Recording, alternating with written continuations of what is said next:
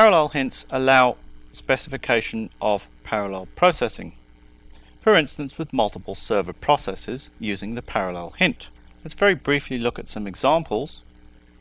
What I've got here is I'm going to go and look up my shared servers parameter value under my system user, and I can see that I actually have 2 shared server processes running.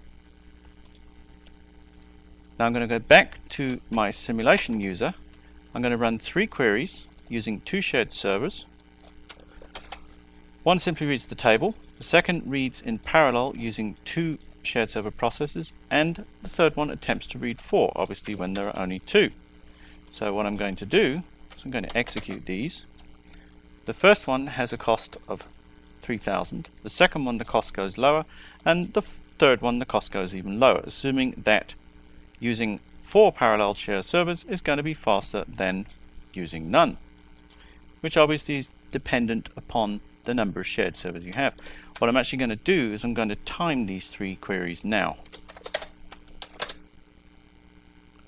And looking at it here, I can see that the standard query without any parallelism is the same speed as using 2 shared servers. Obviously my box does not have 2 CPUs, so I'm not going to get any marked difference. However, attempting to parallelize 4 times on 2 shared server processes causes a major speed problem, because that's 5 seconds. It's much slower. I could actually go and change the shared servers processes to 4, and if we run this again, we'll see we now have 4 shared server processes. What I'm expecting is that parallelization with 4 shared server processes will actually now be faster.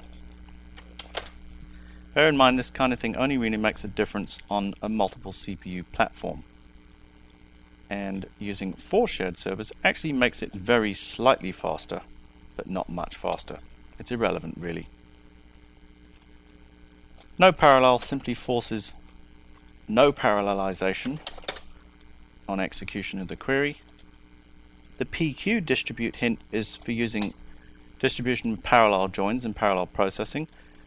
The other hints, namely parallel index and no parallel index, are for Oracle partition, and essentially tuning partitioning is really out of scope for this course. Partitioning itself as a tuning method in itself is in scope.